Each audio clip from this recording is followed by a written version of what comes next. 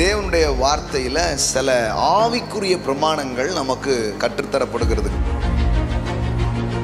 உங்களுக்கு தெரியும், இந்த இயற்கை உலகத்தை விட பெரியது ஆவிக்குரிய உலகம். பார்க்கிறதை விட நீங்கள் பார்க்காதது பெரியதா இருக்கிறது. நீங்கள் பார்க்காத ஆவிக்குரிய உலகம் தான் நீங்கள் பார்க்கிற இந்த சரீர உலகத்தை உண்டாக்கி இருக்கிறது.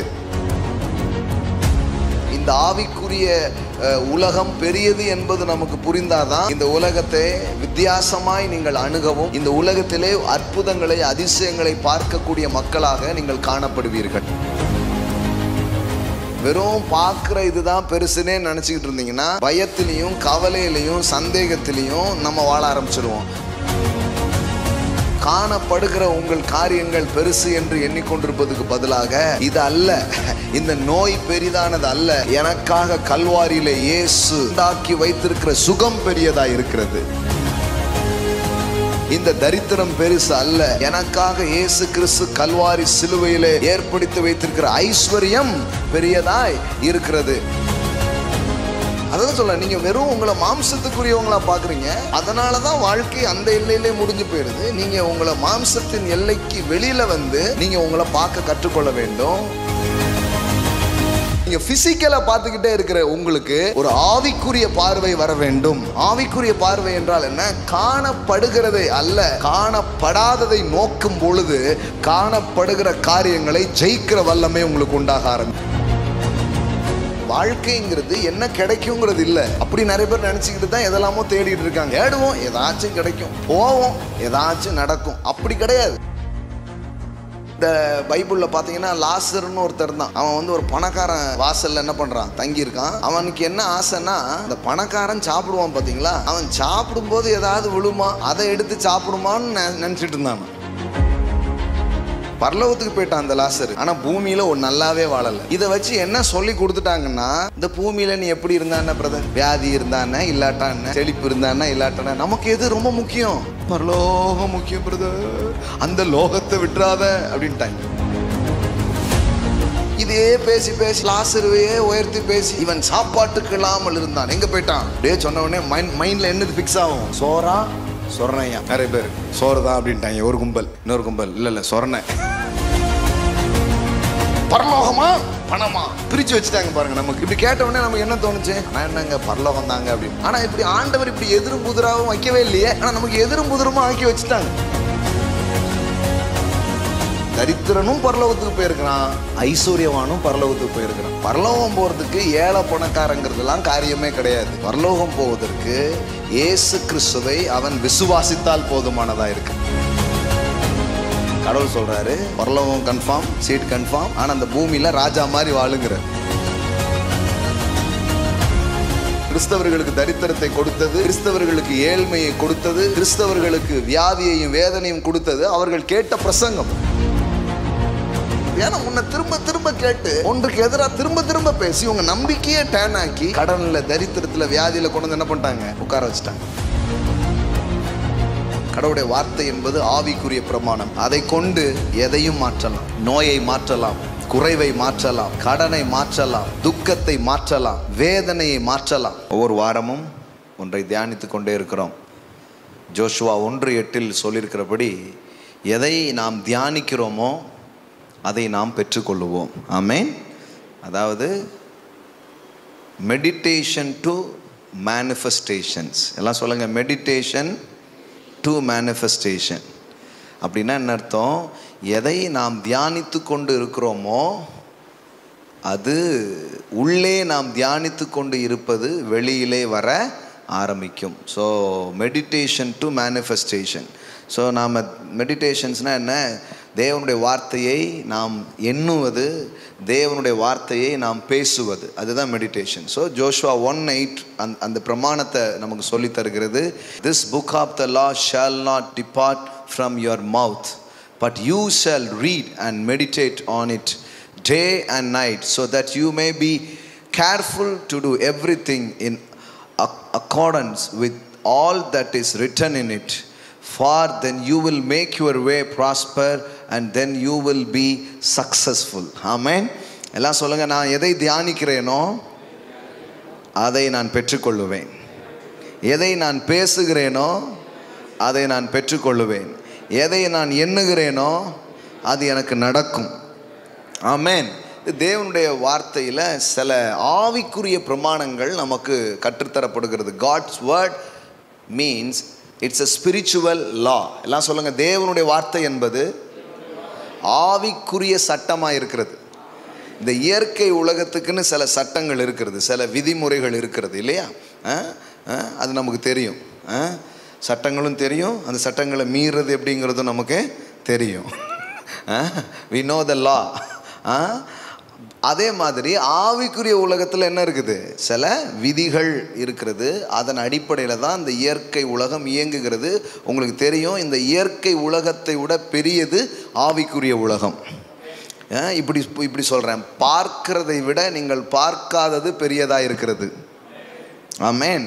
ஏன்னா நீங்கள் பார்க்காத ஆவிக்குரிய உலகம்தான் நீங்கள் பார்க்கிற இந்த சரீர உலகத்தை உண்டாக்கி இருக்கிறது.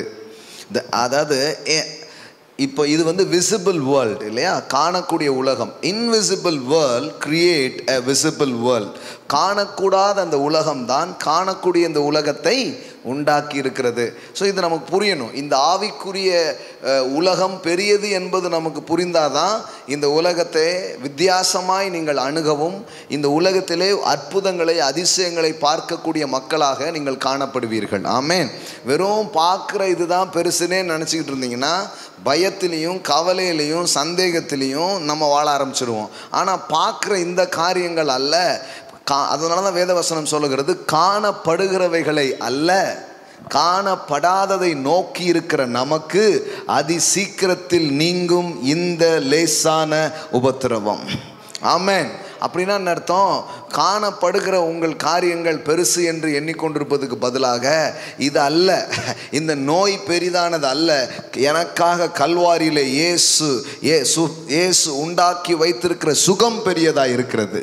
இந்த தரித்திரம் பெருசு அல்ல, எனக்காக இயேசு கிறிஸ்து கல்வாரி சிலுவையிலே ஏற்படுத்தி வைத்திருக்கிற ஐஸ்வர்யம் பெரியதாய் இருக்கிறது என்று காணப்படுகிற காரியத்தை பெருசாவே பார்க்கறத விட்டுட்டு காணப்படாததுன்னு என்ன அர்த்தம்? தேவனுடைய வாக்குத்தத்தம் ஆவிக்குரிய உலகத்தில் இருக்கக்கூடிய காரியங்கள், இதை நாம் பெரிதாக பார்க்க பார்க்க பார்க்க என்ன நடக்க ஆரம்பிக்கும்? நீங்கள் பார்ப்பதை சுதந்தரிப்பீர்கள். இதுவும் ஒரு ஆவிக்குரிய பிரமாணம் தான். பாருங்க, நமக்கு வந்து ஆவிக்குரிய பிரமாணம் தெரிஞ்சிருச்சுன்னா கவலைப்படவே மாட்டோம். ஏன்னா ஆவிக்குரிய பிரமாணத்தை கொண்டு இந்த சூழ்நிலையை நீங்கள் ஆள முடியும். You can rule this world through the word of God, through the spiritual laws. நமக்கு என்ன வேணுமோ அதை பெற்றுக்கொள்ள முடியும். எல்லாம் சொல்லுங்க, என்ன வேணுமோ அதை பெற்றுக்கொள்ளலாம். உங்களுக்கு என்ன வேணும்? நம்ம என்ன நினைக்கிறோன்னா, கடவுளாக பார்த்து ஏதாவது போடட்டும்னு கேட்டுட்டு இருக்கோம். கடவுள் சொல்றாரு, உன்னை பிச்சைக்காரனா படைக்கல, உன்னை என் பிள்ளையா படைச்சிருக்கிறேன். அப்போ தேவனை குறித்து நமக்கு அப்படி ஒரு புரிதல் இருக்கும்னா வாழ்க்கையில் என்ன கிடைக்கும்னு நம்ம கவலைப்பட்டுட்டு இருக்க மாட்டோம். என்ன வேணுமோ அதை எடுத்துப்போம். எல்லாம் சொல்லுங்கள், என்ன கிடைக்கும்னு கவலைப்படுற வாழ்க்கை கிடையாது. இப்படி சொல்லுங்கள், நான் பேசுகிறத சொல்லுங்கள். என்ன கிடைக்கும்னு கவலைப்படுற வாழ்க்கை கிடையாது. என்ன வேண்டுமோ அதை எடுத்துக்கொள்ளுகிற வாழ்க்கை. ஆமென். இது வந்து ரொம்ப உங்களுக்கு ஆச்சரியமாக இருக்கலாம். ஒருவேளை முறையாக அதை கேட்குற உங்களுக்கு வியப்பாக கூட இருக்கலாம். ஆனால் இங்கே தொடர்ந்து இது குறித்து நான் பேசி கொண்டிருக்கிறேன். என்னென்னா, வாழ்க்கைங்கிறது என்ன கிடைக்குங்கிறது இல்லை. அப்படி நிறைய பேர் நினச்சிக்கிட்டு தான் எதெல்லாமோ தேடிட்டு இருக்காங்க. தேடுவோம், ஏதாச்சும் கிடைக்கும், போவோம், ஏதாச்சும் நடக்கும். அப்படி கிடையாது. கடவுள் உங்களை அப்படி படைக்கவே இல்லை. அது வந்து இந்த பைபிளில் பார்த்தீங்கன்னா லாசர்னு ஒருத்தர் தான். அவன் வந்து ஒரு பணக்காரன் வீட்டில் வாசலில் என்ன பண்ணுறான், தங்கியிருக்கான். அவனுக்கு என்ன ஆசைன்னா, இந்த மேஜையிலிருந்து ஏதாவது கீழே விழுமா. இந்த பணக்காரன் சாப்பிடுவான் பார்த்தீங்களா, அவன் சாப்பிடும்போது ஏதாவது விழுமா, அதை எடுத்து சாப்பிடுமான்னு நினச்சிட்டு இருந்தான். எந்த மாதிரி ஒரு ஆசை பாருங்க. பரலோகத்துக்கு போயிட்டான் அந்த லாசரு, ஆனால் பூமியில் ஒரு நல்லாவே வாழலை. எல்லாம் சொல்லுங்கள், பரலோகத்துக்கு கன்ஃபார்ம். ஏன்னா இயேசு உங்களுக்காக மரித்தார், ரத்தம் சிந்தினார். அதனால் பரலோகத்துக்கு நீங்கள் எல்லோரும் டிக்கெட் வாங்கிட்டீங்க. ஆமென். அது உங்கள் செயலில் வாங்கின டிக்கெட்டு கிடையாது. உங்கள் செயலில் வாங்க முடியும்னா ஒரு ஆளுக்கும் டிக்கெட் கிடைக்காது. ஆமென். உங்கள் செயலை வச்சு உங்களுக்கு டிக்கெட்டு கொடுக்கணும்னா, எனக்கு டிக்கெட்டு கொடுக்கணும்னா பரலோகமே எம்டியாக தான் இருக்கும். பிதா, குமாரன், பரிசுத்தாவி 3 பேர் மட்டும்தான் இருப்பாங்க. அதனால் நம்முடைய கிரியையினாலே நாம் நீதிமானாக்கப்படுகிறது இல்லை, இயேசுவின் செயலால் நாம் நீதிமானாக்கப்பட்டிருக்கிறோம். நீங்கள் நீதிமான். ஆமென். எதனால் நீதிமான்? எந்த நல்லது பண்ணதுனால நீதிமான்? எந்த நல்லதும் பண்ணலை, ஆனால் என்னென்ன பண்ணக்கூடாதோ அம்புட்டும் பண்ணியிருக்கேன். அப்புறம் எப்படி நீதிமான்? எனக்காக அவர் மரித்தாருங்க, அதனால் நான் நீதிமான் ஆயிட்டேங்க. ஆமென். By his grace. ஆமென். By his finished work. ஆமென். எனக்காக ஒருவர் ரத்தம் சிந்தினார், எனக்காக ஒருவர் காயப்பட்டார், எனக்காக ஒரு தேவன் இந்த பூமிக்கு இறங்கி வந்து தன்னையே தியாக பலியாக கொடுத்து சிலுவையிலே மரித்து என் பாவ சாபங்கள் தரித்திரத்தை நீக்கி வென்று 3வது நாள் உயிரோடு எழும்பி என்னையும் எழுப்பி அவரோடு உட்கார வச்சுட்டார். He done everything. He finished everything. பரலோகத்துக்கு போவானாங்கிறது இல்லை, பரலோகத்தில் தான் உட்காந்துட்டு இருக்கீங்க. இது எப்படி இருக்கு பாருங்களேன். நிறைய பேர் போவானாங்கிறாங்க. ஒரு ஜோக் ஒன்று பார்த்தேன் கொஞ்சம் நாளைக்கு முன்னாடி. ஒருத்தன் ஃபோன் பண்ணுவான், பார்த்தீங்கன்னா லண்டனில் இருக்கிற மாதிரியே பேசிடுவான். அப்போ எல்லோரும் ஒரு மாதிரி பார்ப்பாங்க. அந்த கடைக்காரனை பார்த்து, நான் பேசுகிறத பற்றி நீங்கள் ஒன்றும் தப்பாக நினைக்கல அப்படிமா. அவன் சொல்லுவான், நானே இந்த கடையை 3 மாதமாக அமெரிக்காவில் தான் நடத்திட்டு இருக்கேன் அப்படிமா. அது மாதிரி நீங்கள் இப்போ பூமியில் இல்லை, அதான் சொல்ல, நீங்கள் வெறும் உங்களை மாம்சத்துக்குரியவங்களாக பார்க்குறீங்க. அதனால தான் வாழ்க்கை அந்த எல்லையிலே முடிஞ்சு போயிடுது. நீங்கள் உங்களை மாம்சத்தின் எல்லைக்கு வெளியில் நீங்கள் உங்களை பார்க்க கற்றுக்கொள்ள வேண்டும்.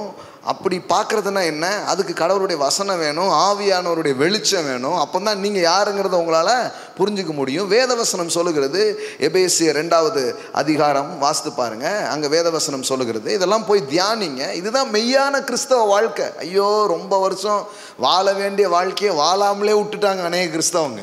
சர்ச்சுக்கு தான் போயிருக்காங்க. ஆமாம், அவங்க சர்ச்சுன்னு என்ன நினைக்கிறாங்கன்னா, ஒரு சிலுவையை மேலே வச்சுட்டாங்கன்னா அதுக்கு பேர் சர்ச்சுன்னு நினச்சிட்டாங்க. அப்படி பார்த்தா இங்கே சிலுவையே இல்லை. ஆனால் சிலுவையில் அறையப்பட்ட இயேசு செய்த அனைத்து ஆசீர்வாதையும் எங்களுக்கு பிரசங்கிக்கிறோம். ஆமென். அவங்க என்ன நினச்சிட்டாங்கன்னா, சிலுவை வச்சுட்டா சர்ச்சு, பைபிளை திறந்துட்டா சர்ச்சுன்னா ரொம்ப நாளாக போயிருக்கிறாங்க. ஆனால் சத்தியத்தை மெய்யாக அவர்கள் அறியவில்லை. அது பெந்தைகோஸ்தே வட்டத்துலேயும் அதே கதை தான், இன்னும் மற்ற பாரம்பரிய சபைன்னு சொல்கிறதுலேயும் அதே கதை தான். நீங்கள் எந்த சபையில் இருக்கீங்கிறது இல்லை, சத்தியத்தை அறிந்தீர்களா என்பது தான் முக்கியம். ஆனால் அது நடக்காதனால தான் வாழ வேண்டிய ஒரு வாழ்க்கையை மக்கள் என்ன பண்ணலை, வாழலை. அதனால தான் சத்தியத்தை அறிவீர்கள், சத்தியம் உங்களை விடுதலையாக்கும். ஆமாம். இந்த மாலையில் நீங்கள் கொஞ்சம் கவனித்து இதை கேட்டு பாருங்கள். போகும்போது ஒரு விடுதலையோடு நீங்கள் போக ஆரம்பிப்பீங்க. ஏன் கேட்கும் போதே ஒரு விடுதலை உங்கள் வாழ்க்கையில் உண்டாக ஆரம்பிக்கும். ஒரு மாற்றம் வருகிறதை நீங்கள் பார்க்க ஆரம்பிப்பீர்கள். ஆமென். ஆளுகிற எண்ணம் உங்களுக்கு வந்துவிடும். அடிமையின் எண்ணங்கள் துடைக்கப்பட்டு ஆளுகிற எண்ணங்கள் உங்களுக்குள்ளே உண்டாகிவிடும். ஆமென். உங்களை ஆளாது, நீங்கள் தரித்திரத்தை ஆளுவீர்கள். நோய் உங்களை ஆளாது, நீங்கள் நோயை ஆளுவீர்கள். பேய், பிசாசு, பயம் உங்களை ஆளாது, அதை நீங்கள் ஆண்டு கொள்வீர்கள். ஆமென். அது என்ன, அது எப்படிங்கிறது புரிஞ்சுக்கிட்டீங்கன்னா நீங்கள் ஒவ்வொருத்தரும் அப்படி என்ன பண்ண முடியும், வாழ முடியும். நமக்கு என்ன ரொம்ப நாளாக கிறிஸ்தவ வாழ்க்கையில் போதிக்கப்படுதுன்னா, யாரோ ஒருத்தர் அப்படி இருப்பார், பேயை துரத்துற, நோயை துரத்துற ஒருத்தர் இருப்பார். அவர்கிட்ட நம்ம போனால் நமக்காக ஜோம் பண்ணி சரியாக்குவார். அவர் அட்ரஸ் உங்களுக்கு தெரியுமா பிரதர் அப்படின்னு தேடிட்டு இருக்காங்க. இயேசு கிறிஸ்துவின் நாமத்தின் மேல் விசுவாசம் வைத்து அவரை ஏற்றுக்கொண்டவர்கள் எத்தனை பேர்களோ அத்தனை பேருக்கும் நோயை, பேயை துரத்துற அதிகாரத்தை அவர் கொடுக்கிறார் என்பதுதான் சத்தியமாக இருக்கு. ஆமாம். அப்போ இந்த சத்தியத்தை புரிஞ்சுக்கிட்டீங்கன்னா உங்கள் ஏரியாவுக்கு நீங்கள் தான் உங்கள் ஏரியாவிலே தேவனுடைய ராஜ்யத்தை கொண்டு வருகிற காட்ஸ் அம்பாசிடர் நீங்கள் தான். ஆமென். ஆமென். தேவனுடைய பிரதிநிதி, தேவனுடைய ஊழியர், தேவனுடைய மக்கள். இன்னும் சொல்லணும்னா the manifestation of the sons of God. நீங்கள் தான் தேவ புத்திரர்களாக இருக்கிறீர்கள். ஆமென். அல்லேலூயா. அதனால் இது புரியணும். இது புரிகிற வரைக்கும் நானும் சொல்லிகிட்டே தான் இருப்பேன். ஆவியானவர் உங்களுக்கு ஒரு லைட் அடிப்பார் பாருங்க, அடிச்சிச்சு அவ்வளோதான். உங்கள் ஏரியா பிசாசு அப்புறம் காலி பண்ணிட்டு போயிடுவான். சரி, நமக்கு இனிமேல் இங்கே வேலை கிடையாது. ஏன்னா இவ்வளோ வெளிச்சத்தை புரிஞ்ச ஒரு ஆள் உள்ளே வந்த பிறகு நாங்கள் இருக்க முடியாது. ஆமென். ஆமாம், அதுக்குள்ளே வரணும் பாருங்கள். அந்த ஆர்வம், அந்த தேடல் அங்கே வரணும். அதுக்காக மெனக்கிடணும். மாம்சத்தின் கண்ணோட்டங்கள்ல இருந்து வார்த்தையை பெற்றுக்கொண்டு ஆவியானவருடைய உதவியிலிருந்து நாம் யார் என்பதை சரியாக பார்த்தாலே வாழ்க்கையில் பெரிய மாற்றங்கள் என்ன பண்ண ஆரம்பிக்கும், நடக்க ஆரம்பிக்கும். நல்லா கவனிங்க. எபேசியர் 2 நாம் வாசிக்கிறோம். பாவத்திலும் அக்கிரமங்களிலும் மரித்தவர்களாக இருந்த நம்மை கிறிஸ்துவோடு கூட என்ன பண்ணார்? நம்மை உயிர்ப்பித்தார். எல்லாம் சொல்லுங்க, என்ன உயிர்ப்பித்திருக்கிறார். ஆமென். இப்போ தான் ஈஸ்டர் முடிஞ்சிச்சு. ஈஸ்டர் வந்து இயேசுக்கு கிடையாது, ஈஸ்டர் உங்களுக்கு. ஆமென். கிறிஸ்மஸ் இயேசுக்கு கிடையாது, கிறிஸ்மஸ் உங்களுக்கு. கடவுளுக்கு ஒரு பிறப்பு தேவையா? அந்த பிறப்பு உங்களுக்காக, அந்த மரணம் உங்களுக்காக, அந்த உயிர்த்தெழுதல் உங்களுக்காக. ஆமென். இது புரியலன்னா வேற மாதிரி ஆயிடும் பாருங்களேன். அங்க பாருங்க, கிறிஸ்துவுடனே கூட, எல்லாம் சொல்லுங்க, கிறிஸ்துவுடனே கூட உயிர்ப்பித்தார். அப்படின்னா என்ன? இயேசு பாவத்தை, பிசாசை, மரணத்தை வென்று எழுந்தது போல நீங்களும் எழுப்பப்பட்டு இருக்கிறீர்கள். இன்னும் சொல்ல போனா, சிலுவையில் இயேசுவை அடிக்கும்போது இயேசுவை மட்டும் அடிக்கலை. சில பேர் சொல்லுவாங்க, ஆமாயா பக்கத்தில் 2 கல்லறையும் அடித்தாங்க, உங்களையும் சேர்த்தா அடித்தாங்க. அது தெரியல நிறைய பேருக்கு. இது தெரியாமல் நிறைய பேர் என்ன பேசுறீங்கன்னா, உன்னை சிலுவையில் அரைஞ்சிருங்க பிரதர்னு. சிலுவையில் அரைஞ்சாச்சு பிரதர் ஏற்கனவே. இதுக்கு மேலே அரைஞ்சிருங்கன்னா எனக்கு வேற மாதிரி வருது. ஆமாம், அரைஞ்சிருவேன் அப்புறம். புரிஞ்சுக்கோங்க.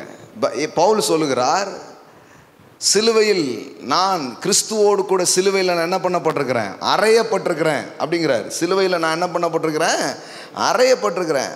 ஸோ நானும் அவரோடு கூட சிலுவையில் என்ன பண்ணிட்டேன்? அடிக்கப்பட்டுட்டேன். அவரோட அடிக்கப்பட்டேன்.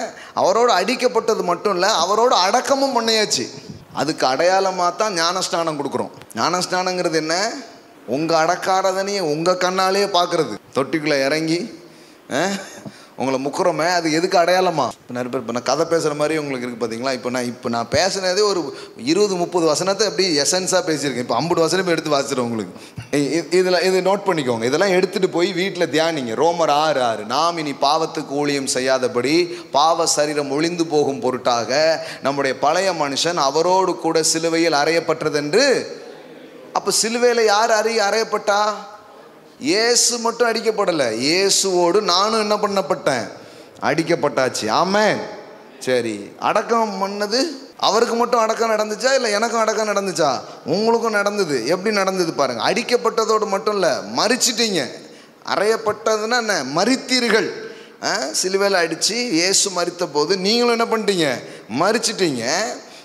அடுத்தது நீங்கள் பாருங்கள், இது எப்படி தெரியுமா? ஆதாமோடு அடையாளப்படுத்தி வாழ்கிற ஒரு வாழ்க்கையிலிருந்து கிறிஸ்துவோடு அடையாளப்படுத்துகிற ஒரு வாழ்க்கைக்கு நாம் இப்போ மாறி இருக்கிறோம்.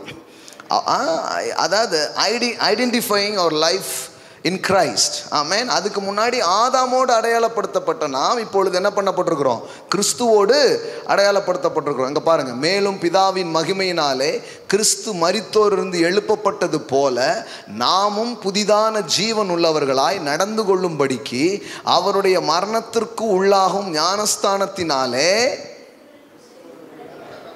ஞானஸ்தானம்னா என்ன? இங்கே பாருங்கள், அவருடைய மரணத்துக்குள்ளாகும் ஞானஸ்தானத்தினாலே. அப்போ ஞானஸ்தானம் எடுக்கிறீங்க. சில கேட்குறாங்க, எடுக்கணுமா? அது மதம் மாறுறதுக்கான செயல் கிடையாது, அது மனம் மாறினதற்கின் அடையாளம். இயேசுவை நான் பின்பற்றுகிறேன்ங்கிறதுக்கு அது அடையாளம். எந்த விதத்தில் அது அடையாளம் அப்படின்னா, அவருடைய மரணத்திற்குள்ளாகும் ஞானஸ்தானத்தினாலே கிறிஸ்துவோடு கூட அடக்கம் பண்ண பட்டோம். அதனால தான் வச்சுக்கிட்டே இருக்கக்கூடாது, ஞானஸ்நானம் எடுத்துடணும். ஆமென். இங்கே என்னென்னா, யாரும் எடுங்கலாம் சொல்ல வேண்டியதில்லை. இங்கே மக்கள் வந்து நம்மளை வேறு மாதிரி தான் தொந்தரவு பண்ணுறீங்க, எப்போ குடிப்பீங்க அப்படிங்காங்க. அப்போ ஞான ஸ்நானம்னாலே என்னென்னா பேப்டிசோ, அந்த க்ரீக் வேர்டுக்கு என்ன அர்த்தம்னா மூழ்குதல் அப்படின்னு அர்த்தம். ஆமென். அப்போ மூழ்குதல், அடக்கம், அதுக்கு பேரே அடக்கம். சிலர் அடக்கம்னே தெரியல ஞானஸ்தானத்தை. ஞானஸ்தானம்னா தண்ணிக்குள்ளே முங்குற மாதிரி, அடக்கம் பண்ணுறதுக்கு அது அடையாளமாக இருக்கிறது. சில சின்ன பிள்ளைங்களை கொண்டு வந்து ஞானஸ்தானம் குடும்பமாங்க. நான் சொன்னேன், சின்ன பிள்ளைங்களுக்கு கொடுக்குறது இல்லைங்க, சின்ன பிள்ளைங்களை பிரதிஷ்டை பண்ணலாம். விசுவாசம் உள்ளவனாகி ஞானஸ்நானம் பெற்றவன் ரட்சிக்கப்படுவான். எல்லாம் சொல்லுங்கள், விசுவாசம் உள்ளவனாகி ஞானஸ்நானம் பெற்றவன். அப்படி தான் சொல்லியிருக்குது. இவனுக்கு என்னென்னே தெரியாத முடிச்சுட்டு இருக்கோம், அதில் தண்ணியை தொளிச்சு இப்போ ஞானஸ்தானம் கொடுத்தாச்சு அப்படின்னா அது, அதாவது எதையுமே வயத வசனத்துக்கு ஏற்ற மாதிரி மாற்றிக்கிட்டால் நல்லது. நாங்கள் இதை எப்போவுமே இவ்வளோ இதெல்லாம் பேசுறது கிடையாது. ஸோ அந்த சப்ஜெக்ட் வரும்போது அதை கொஞ்சம் சொல்லிவிடுவோம். ஏன்னா நம்ம எதை நம்புகிறோங்கிறத என்ன பண்ணுவோம், சொல்லுவோம். வேதாகம நாட்கள் அப்படி தான் கொடுத்தாங்க. தண்ணீர் உள்ள இடத்துல ஏன் போய் நின்னாங்க? ஏன்னா எல்லாரையும் மூழ்கி ஞானஸ்நானம் கொடுக்கறதுக்கு அது தேவை. இல்லைன்னா யோவான் ஸ்நானங்க ஒரு சொம்பை கொண்டு வந்துருப்பான், வாங்க அந்த எல்லாத்தையும் தொழிச்சாச்சு போய்ட்டு வாங்க அப்படின்னு இருப்பான். ஆமென். அதனால் சொம்ப கொண்டு வரல, தண்ணீர் உள்ள இடத்துல அவர்கள் இருந்ததின் நோக்கமே எல்லாரும் என்ன பண்ணுறது தான், முங்கி கொடுக்குறது தான். இது ஒரு சபையின் உபதேசம் கிடையாது. நான் எந்த சபையின் உபதேசத்தையும் பேசுகிற ஆள் கிடையாது. நிறைய பேர் கேட்பாங்க, நீங்கள் எந்த சபை, வெந்தய கோஸ்தேவா வேகாத கோஸ்தேவாம்பாங்க. நான் எந்த சபையும் உபதேசத்தையும் பேசுறதில்ல, நான் தேவனுடைய வார்த்தையை பிரசங்கிக்கிறேன். ஆமென். I am talking about God's word. ஆமென். உங்கள் சபை உபதேசம் என்ன, அதான சபை உபதேசம். எங்கள் சபைக்கு என்ன சபை உபதேசம்லாம் ஒன்றுமே கிடையாது. ஆவியானவர் இப்போ ஒரு சத்தியத்தை கொடுத்துக்க அதை பேசிகிட்டு இருக்கிறோம். நாளைக்கே இன்னும் வெளிப்பாட்டை தருவார், அதை தான் நாங்கள் பேசுவோம். நாங்கள் ஒன்றும் எழுதி வச்சுக்கிட்டு அந்த எழுதுனதுலேயே உட்கார்ந்துட்டு இருக்கிற ஆட்கள் கிடையாது. ஆவியானவர் இப்போ ஒரு வெளிச்சத்தை தந்திருக்கிறாரு, அதை பேசிக்கிட்டே இருக்கிறோம். இன்னும் வெளிச்சம் கூடிக்கிட்டே போவோம், அதையும் பேசுவோம். அப்புறம் நானும் உபதேசம்னு 10 கட்டில் மாதிரி எழுதி வச்சிங்கன்னா அப்புறம் என்னத்துக்கு ஆகும்? அதையே தான் பேசிக்கிட்டு இருப்பாங்க எல்லாரும். அப்படிலாம் கிடையாது. இது வந்து ஒரு ஆர்கானிக் மாதிரி, அதாவது ஒரு லைஃப், ஜீவன் உள்ள ஒன்று. ஜீவன் எங்கே இருக்கோ அங்கே ஒரு வளர்ச்சி நடந்துக்கிட்டே இருக்கும். அது ஜீவன்லேருந்து வர்ற வெளிப்பாடாக இருக்கணுமே தவிர அது எழுதப்பட்ட எழுத்துக்கள்லேருந்து வர்ற வெளிப்பாடாக அது இருக்க முடியாது. அதனால தான் மதம் வேறே, ஆவியானவரோடு வாழுகிற வாழ்க்கை என்பது வேறே. அதற்கு உங்களை அவர் அழைக்கிறார். அதுக்கு வந்துட்டீங்கனாலே விடுதலையும் வெற்றியையும் நீங்கள் பார்க்க ஆரம்பிச்சிருவீங்க. ஆமென். ஆமாம். செத்த மதத்துக்குள்ளே இருந்தால் ஒன்றுமே நடக்காது. சரி, மரணத்திற்குள்ளாகும் ஞானஸ்தானத்தினாலே கிறிஸ்துவோடு கூட அடக்கம் பண்ணப்பட்டோம். ஆமென். எல்லாம் சொல்லுங்கள். சிலுவையில் அடித்தாங்க, இயேசுவை மட்டும் இல்லை என்னையும் அடிச்சிட்டாங்க. ஆமென். அப்புறம் இயேசு மட்டும் மரிக்கலை, யார் மரிச்சாச்சு? நானும் மரிச்சிட்டேன். அப்புறம் மரிச்ச என்ன அப்படியே விடல, என்ன பண்ணியாச்சு? ஞானஸ்தானத்தின் மூலமாக கிறிஸ்துவோடு கூட நான் என்ன பண்ணப்பட்டேன்? அடக்கமும் பண்ணியாச்சு. ஆமென். இப்போ பாருங்கள், இப்போ எபேசியர் பாருங்கள், அடக்கத்தோடு முடிஞ்சிச்சுன்னு நினச்சிடக்கூடாது. சில பேர் என்ன, நிறைய பேர் அடக்கமாக இருக்கிறாங்க. அன்னைக்கு கூட ஒருத்தர் சொன்னார், அடக்கமான பொண்ணாக இருந்தால் சொல்லுங்கன்ட்டு. ஏன் நிறைய பொண்ணு உயிரோடு இருக்காங்களா, ஏன் அடக்க பண்ண பொண்ணை தேடுறீங்க நீங்கள்? ஆமாம், நிறைய பெண்கள் உயிரோடு இருக்கும் பொழுது அநேகர் அடக்கமான பெண்ணை தேடிக்கொண்டிருக்கிறார்கள். அங்கே பாருங்கள், அக்கிரமங்களில் மரித்தவர்களாக இருந்த நம்மை கிறிஸ்துவோடு கூட உயிர்ப்பித்தார். அப்போ ரிசரக்ஷன் யாருக்கு நடந்துச்சு?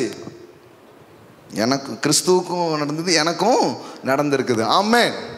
அப்போ எல்லாம் சொல்லுங்கள். சிலுவையில் அடிக்கப்பட்டேன், மரித்தேன், அடக்கம் பண்ணப்பட்டேன், இயேசுவோடு கூட எழும்பி விட்டேன், புதிய மனிதனாக மாறிவிட்டேன். பழைய ஆதாம பிடுங்கி புதைச்சாச்சு.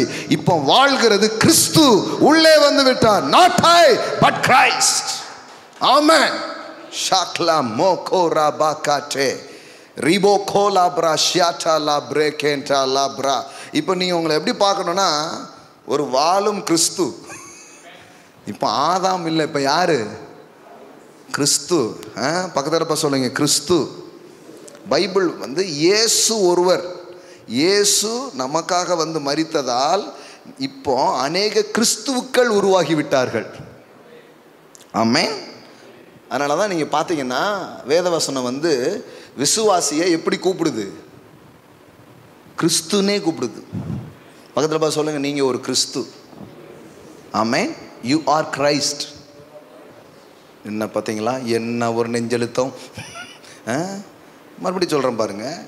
எப்படின்னா, நான் எல்லாத்துக்கும் வசனம் தரேன். நீங்கள் போய் நல்லா மெடிடேட் பண்ணி, அதை மெடிடேட் வீட்டில் பண்ணது மட்டும் இல்லை, இப்போவுமே போடும்போதே கவனிங்க, அது அப்படி இருக்கான்னு பாருங்கள். அவிசுவாசிக்கும் விசுவாசிக்கும் சம்பந்தம் இல்லை, இருளுக்கும் வெளிச்சத்துக்கும் சம்பந்தம் இல்லை, பேலியாளுக்கும் சொல்லுங்க கிறிஸ்துவுக்கும் என்ன இல்லை, சம்பந்தம் இல்லை. இந்த உலகத்தை அவிசுவாசம் சொல்லுது, உங்களை என்னன்னு சொல்றாரு? விசுவாசிங்கிறாரு. இந்த உலகத்தை இருட்டுங்கிறாரு, உங்களை என்னன்னு சொல்றாரு? வெளிச்சங்கிறாரு. இந்த உலகத்தை பேலியால் அப்படின்னு சொல்லி சொல்றாரு, உங்களை என்னன்னு சொல்றாரு? கிறிஸ்து. ஆமென். இங்க பாருங்க, அந்நிய நுகத்திலே அவிசுவாசிகளுடன் பிணைக்கப்படாதிருப்பீர்களாக, நீதிக்கும் அநீதிக்கும். அப்போ நீங்க யாரு? Mister righteousness. ஆமென். எல்லாம் சொல்லுங்க, நீதி. ஒளிக்கும் இருளுக்கும். அப்ப நீங்க யாரு? ஒளி. கிறிஸ்துவுக்கும் பேலியாளுக்கும். அப்ப நீங்க யாரு? கிறிஸ்து. ஆமென். எல்லாம் சொல்லுங்க, கிரைஸ்ட். ஒரு இயேசு மரித்தார், பல கிறிஸ்துவுக்கள் உருவாகி விட்டார்கள். ஆமென். ஒரே குமாரன் இந்த பூமியில் வந்து மரித்தார். அவருக்கு ஒரே ஒரு குமாரன் மட்டும் இருந்தார். அவர் மரித்தார். அவர் மரிக்கும் போதே ஒன்றை சொல்லிவிட்டு மரித்தார். கோதுமை மணியானது, இந்த பயலு தெரியாமல் என்னை கொண்டு புதைக்கிறாங்க. இந்த பயலுக்கு விதையை பற்றி ஒன்றும் தெரில. விதையை ஒன்று போட்டால் என்ன வரும்? அது முளைச்சி நிறைய வரும். இவனுக்கு தெரியல, சிலுவையில் என்ன அடிக்கிறாங்க, இவங்களுக்கு என்னன்னே தெரியல. ஏன்னா அதான் தாங்கள் பிதாவே தாங்கள் செய்கிறது அறியாது இருக்கிறார்கள். ஏன்னா என்ன நடக்க போதுன்னு அவங்களுக்கு தெரில. என்ன நடக்க மூட்டை பூச்சை பார்த்தீங்கன்னா ஒன்று நசுக்குன்னா என்ன ஆகும்? இது பாருங்க, கடவுள் இயற்கையிலே ஒரு பூச்சிக்குள்ளேயே அவ்வளோ தன்மை இருக்குது பாருங்க. ஆமென். அது அவ்வளோ சீக்கிரம் ஒன்றும் இது பண்ண முடியாது. இது தேவனுடைய வித்து. இது எப்படி அழிக்க முடியும்? அழிக்க முடியாது. அப்போ இயேசு சொல்கிறாரு, மெய்யாகவே மெய்யாகவே நான் உங்களுக்கு சொல்லுகிறேன், கோதுமை மணியானது நிலத்தில் விழுந்து சாகாவிட்டால் தனித்திருக்கும், செத்ததையாக மிகுந்த பலனை கொடுக்கும். அப்போ இயேசுவாகிய நான் கோதுமை மணியாக நான் என்ன பண்ணுறேன்? நிலத்தில் விழ போகிறேன். ஆனால் விழுந்தா என்ன வரும்? பலன் உண்டாக ஆரம்பிக்கும். பாருங்க, செத்ததே ஆகில் மிகுந்த பலனை கொடுக்கும். செத்தாரா? இப்போ ஒரு இயேசு செத்தார், பல கிறிஸ்து உருவாக்கி விட்டார்கள். ஆமென், ஆமென். ஒரே பேரான குமாரன் இந்த பூமியில் வந்து மரித்தார். இப்பொழுது என்ன ஆயிடுச்சு? அநேக குமாரர்கள் உருவாக்கி விட்டார்கள். பிசாசுக்கு மட்டும் இது தெரிஞ்சிருந்தேன்னா இயேசுவை யாரும் அடிச்சிடாதீங்கன்னே பார்த்துருப்பான். அவனுக்கு தெரில. ஏன்னா தேவனுடைய ஞானத்தை தெரிஞ்சுக்கிற அளவுக்கு அவன் பெரிய ஞானி கிடையாது. பக்கத்தில் பார்த்து சொல்லுங்கள், பிசாசு ஒன்றும் பெரிய ஞானி கிடையாது. அவன்லாம் எல்லாம் அறிந்தவன் கிடையாது. அவன் அப்படி பார்த்துட்டே இருப்பான். உங்கள் வாயில் ஏதாவது என்ன சொல்லுதீங்க அதை வச்சு தான் நீங்கள் இதெல்லாம் பண்ண போகிறீங்களோ உங்கள் மண்டைக்குள்ளே புகுந்து தெரிஞ்சுக்கிற அளவுக்கு அவன் பெரிய புத்திசாலி கிடையாது. புரியுதா உங்களுக்கு? நிறைய பேர் நினச்சிக்கிறாங்க அவன் வந்து இருதயத்தையும் உள்ளிருதயத்தையும் அறிந்திருக்கிறாருன்னு ஆவியானவர் ரேஞ்சுக்கு யோசிச்சுட்டு இருக்கிறாங்க. அவன் பார்ப்பான், பரவாயில்ல, நம்மளை பெருசாக நினைக்கிற ஒரே கூட்டமே இந்த கிறிஸ்தவ கூட்டம் தான். மற்றவங்க கூட சயின்ஸ் கீன்ஸுன்னு பேர் தான் என்ன ஒரு பேரும் நம்ப மாட்டேக்கான். என்னை நம்பி, அதுவும் சில இடத்துல பார்த்தீங்கன்னா இயேசுவை பற்றிலாம் பிரசங்கம் இருக்காது, பிசாசை பற்றி தான் பெரிய பிரசங்கம் இருக்கும். அவன் பார்ப்பான், அது கிறிஸ்து சபைன்னு பேர் இருக்கும், ஆனால் என்னை பற்றி தான் பேசுவாங்க. ஞாயிற்றுக்கிழமை சண்டே போயிட்டா ஏன் பெருமையை தான் பேசுவாங்க. ஒருத்தர் சொல்கிறாரு, பிரதர் பிசாசு லேஸ்பட்டு ஆளு கிடையாது பிரதர், அவன் எத்தனை பேரை தள்ளலாம் தெரியுமா, 6000 வருஷம் அனுபவம்னு சைட்டன் பிஹெச்டின்னு வாங்குவார்னு நினைக்கிறேன். ஏன்னா அவ்வளோ விவரம் பேசுகிறார் பிசாசை பற்றி. பல இந்த பிஹெச்டி பட்டம் வாங்குறாங்க இல்லையா ஒவ்வொரு நிபுணத்துவத்தில், அது மாதிரி ஒரு சாத்தான் பிஹெச்டினே வாங்குவார்னு நினைக்கிறேன். அப்புறம் நான் சொன்னேன், சாத்தானுக்கு ஒருத்தர் பிஹெச்டி கொடுத்தாரு தெரியுமா உங்களுக்கு? சிலுவையில் பர்மனன்ட் ஹெட் டேமேஜ். ஆமென். பிஹெச்டி அவனுக்கு மண்டையை உடச்சி அவன் தலையை நசுக்கி அனுப்பியிருக்கிறார். அதை சபையில் பிரசங்கம் பண்ணுங்க. ஆமென். சத்துருவின் சகல வல்லமைகளை மேற்கொள்ள நான் உங்களுக்கு அதிகாரம் கொடுத்தேன், அவைகளில் ஒன்றும் உங்களை சேதப்படுத்துவதில்லை. ஆனால் நம்ம என்ன பண்ணுறதுன்னா, பிசாசை வந்து கடவுளுடைய ஏஜெண்ட் மாதிரியே நம்ம நினச்சி சபையில் பிரசங்கம் பண்ணிகிட்டு இருப்போம். பார்த்துக்கோ பிசாசு வந்துடுவான், பார்த்துக்கோ. அந்த பிசாசை வச்சு தான் நம்ம சபையை ஓட்டிக்கிட்டு இருக்கோம். அதுக்கு பயந்து தான் 4 ஜெய்வ ஆத்மா வந்துக்கிட்டு இருக்கு. நம்ம சத்தியம் கித்தியான பேச வச்சுக்கோங்களேன், அவ்வளோதான், அது விடுதலை அடைஞ்சிடும். அவங்க என்ன நினைக்கிறாங்கன்னா, விடுதலை அடைஞ்சு அந்த 4 பேருமே வரமாட்டாங்க போல அன்ட்டு. அதுதான் எப்போதுமே சொல்லுவேன், மதத்தின் ஆயுதம் பயம், ஆனால் தேவனுடைய ராஜ்யம் பயம் அல்ல, அன்பின் குமாரனின் ராஜ்யம்.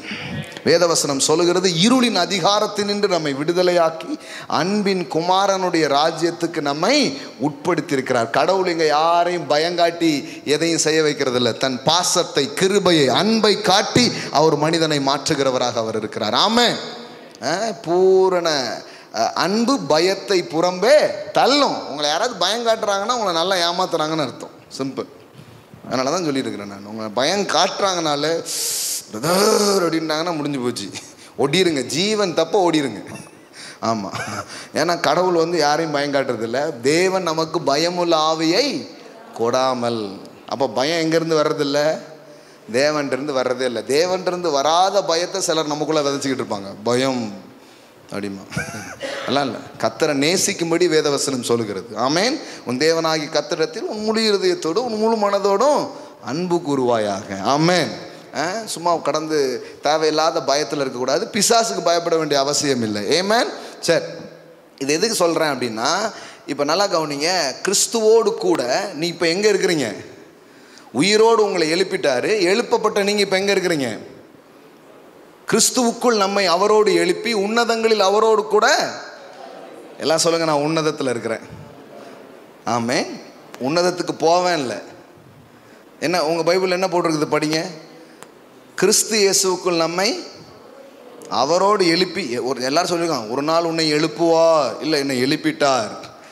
சரி, ஒரு நாள் உன்னை உட்கார வைப்பார், இல்லை உன்னதங்களில் அவரோடு கூட உங்களை என்ன பண்ணியிருக்கிறார்? உட்காரவும் செய்தார். ஆமென். எல்லாம் சொல்லுங்க, I am seated in the heavenly realm. I am seated with Christ. ஆமென். நான் கிறிஸ்துவோடு கூட உன்னதங்களில் அமர்ந்திருக்கிறேன். இது விட்டு போச்சு நீ பரலோகம் போவியா, பரலோகம் போவியான்னு சொல்லுங்க. நான் பரலோகத்தில் தான் இருக்கிறேங்க. உங்களுக்கு தெரியல, இயேசு என்னைக்கு போய் உட்கார்ந்தாரோ அன்னைக்கு என்னையும் கூட்டு போய் உட்கார வச்சுட்டாரு. என்னுடைய ஆவிக்குரிய ரீதியில் நான் அங்கே தான் உட்கார்ந்துருக்கிறேன். ஆமென். என்னுடைய சரீரம் இந்த பூமியில் இயங்கி கொண்டிருந்தாலும் என்னுடைய ஆவி நிலையிலே நானும் தேவனோடு கிறிஸ்துவுக்குள் என்ன பண்ணியிருக்கிறேன்? அவரோடு கூட என்னை அவர் அங்கே உட்கார வச்சுக்கிட்டார். ஆமென். நீங்கள் வந்து கீழே இருந்து மேலே பார்க்குற ஆள் கிடையாது, மேலே இருந்து கீழே பார்க்குற ஆள். ஹலோ, புரியுதா உங்களுக்கு? கிறிஸ்துவோடு கூட உட்கார்ந்துக்கிட்டு இந்த பூமியில் சில காரியத்தை மாற்ற சரி செய்ய நீங்கள் அழைக்கப்பட்டிருக்கிறீர்கள். நீங்கள் வந்து இங்கே நின்றுக்கிட்டு பார்லிமெண்ட்டை பார்க்குற ஆள் கிடையாது. பார்லிமெண்ட்டில் போய் நின்று உங்கள் தொகுதியை மாற்றுற அதிகாரத்தை கிருபையை உங்களுக்கு கொடுத்துட்டாரு. எம்எல்ஏவா எம்பிக்களா நீங்கள் தேர்ந்தெடுக்கப்பட்டுட்டீங்க. ஆமென். ஒரு நாள் நான் பார்லிமெண்ட்டுக்கு போய் அப்படி பேசக்கூடாது, அதே தான். ஒரு நாள் பரலோகத்துக்கு போய் எல்லாம் இல்லை. இப்போ எங்கே தான் உட்காந்துருக்கீங்க? அவரோடு கூட. வேதவசனம் அப்படி சொல்லுதா இல்லையா? இல்லை நான் ஏதாவது வேற பைபிள் கொண்டு வந்திருக்கேனா? அங்கே பாருங்கள், அவரோடு கூட என்ன பண்ணியிருக்கிறாரு? சரி, இந்த உட்கார வச்சிருக்காருன்னா ஃபிசிக்கலாக போய் நீங்கள் உட்காரல. ஆனால் அதனால தான் சொல்லிட்டு இருக்கிறேன், நீங்கள் ஃபிசிக்கலாக பார்த்துக்கிட்டே இருக்கிற உங்களுக்கு ஒரு ஆவிக்குரிய பார்வை வர வேண்டும். ஆவிக்குரிய பார்வை என்றால் என்ன? காணப்படுகிறதை அல்ல, காணப்படாததை நோக்கும் பொழுது காணப்படுகிற காரியங்களை ஜெயிக்கிற வல்லமை உங்களுக்கு உண்டாக ஆரம்பித்து விடும். ஆமென். இப்போ நீங்கள் உங்களுடைய ரியாலிட்டியை நீங்கள் பார்க்குறீங்க. என்ன ரியாலிட்டியை பார்க்குறீங்க? இப்போ எதெல்லாமோ உங்கள் தலைக்கு மேலே இருக்கிற மாதிரி நீங்கள் பார்த்துக்கிட்டு இருக்கிறீங்க. ஆனால் இந்த வசனத்தை வாசித்த உடனே என்ன வெளிப்பாடு வருது? எதுவும் என் மண்டைக்கு மேலே இல்லை, எல்லாத்துக்கு மேலே தான் நான் உட்கார்ந்துருக்கிறேன். சகலமும் என் காலுக்கு கீழே போடப்பட்டிருக்கிறது. எல்லாம் சொல்லுங்கள், நான் உன்னதங்களில் அமர்ந்திருக்கிறேன். எல்லாம் என் காலுக்கு கீழே தான் இருக்கு. உன் சத்துருக்களின் மேடுகளை மிதிப்பாய். ஆமென். நம்ம வந்து கீழே எங்கேயோ கிடக்கிறோங்கிறது கிடையாது, மேலே உட்கார்ந்துருக்கிறோம். எதுக்கு இந்த லைனை இவ்வளோ தூரம் லென்த்தன் பண்ணேன்னா, பரலோகம் போகிறத ரொம்ப பெருசாக அப்படியே போடு. லாசருவே பரலோகம் போயிட்டான். ஆமென்.